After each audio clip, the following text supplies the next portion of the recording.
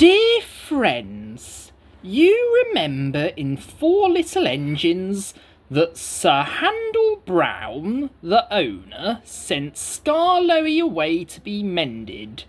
These stories tell you what happened when the little old engine came home. Skarloey is not real. You can only see him in these books, but there is a real engine just like Skarloey. He is very, very old and has been mended. His name is Talyllyn and he lives at Tywyn in Wales. You would all enjoy going to see him at work. The author. The author gratefully acknowledges the help given by fellow members of the Talyllyn Railway Preservation Society in the preparation of this book. Trucks. Sir Handel and Peter Sam had hard work while Skarloey was away. The owner gave them buffers and even bought a diesel named Rusty, but Sir Handel grumbled continually. One day, Gordon saw him shunting and laughed. "My controller makes me shunt," Sir Handel said sheepishly, and take trucks to quarries too.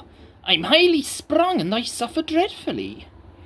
"Our controllers don't understand our feelings," sympathised Gordon. "Now, if you were ill," he winked,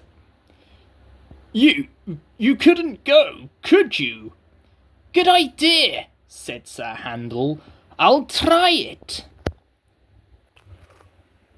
"Oh, I don't feel well," he groaned the next morning. There wasn't time to examine him, so some of the trucks were coupled behind Peter Sam's coaches, and Rusty promised to follow with the rest. "Hee hee hee," sniggered Sir Handel, but no one noticed. They were all too busy. Peter Sam didn't mind the extra work. He left his coaches at the top station and trundled cheerfully through the woods. The trucks chattered behind him in an agitated way, but he paid no attention. It might have been better if he had. Slates come from quarries high up in the hills. They travel down in trucks on a steep railway called an incline. Empty trucks at the bottom are hitched to a rope. Loaded ones at the top are hitched to one another. By their weight, the loaded trucks run down the incline, pulling up the empty ones. There are strong brakes in the winding house at the top to prevent loaded trucks from running down too fast. Ropes are very strong too, but in spite of this, trucks sometimes play dangerous tricks. Peter Sam never bumped trucks unless they misbehaved. Sir Handel bumped them even if they were good, so they didn't like him and played tricks whenever they could.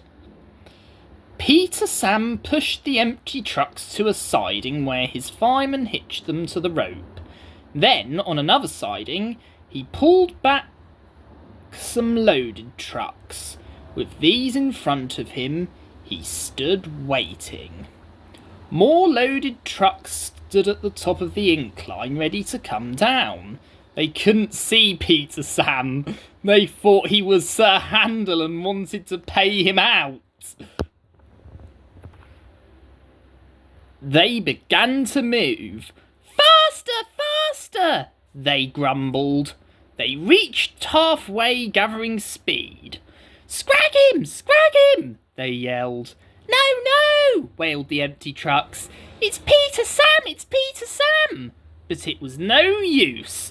The loaded trucks were straining at the rope. They broke it with a crack. "Hurrah! Hurrah!" they roared, hurtling down the hill. Peter Sam heard them. He shut his eyes. His driver and fireman crouched in his cab. The crash jerked him violently backwards. "Oh, ouch!" he shivered. "I didn't expect a cold bath." The water poured from a channel smashed by flying slates. He was soaked from funnel to cab. "Peep, peep," he spluttered, and was glad when he heard Rusty's answering toot. "Bust my buffers!" exclaimed Rusty. "What a mess! Never mind, Peter Sam, we'll get you out." He soon pulled him away from the water and the trucks. Peter Sam felt battered. His funnel was cracked and his boiler dented, but he was glad that his driver and fireman were unhurt. He thanked Rusty and limped slowly home. Rusty stayed to help clear the wreckage. "I'm sorry about your accident, Peter Sam," said Sir Handel. "I always stand well back. Trucks don't like me, you see." "Well, why didn't you warn me?" "I didn't think." "You'll never do," said a stern voice. "You can start now while you are doing Peter Sam's work as well as your own. That'll teach you to pretend you are ill." Sir Handel did start thinking. He thought about fin controllers and he thought about Gordon. He wanted to give Gordon a piece of his mind.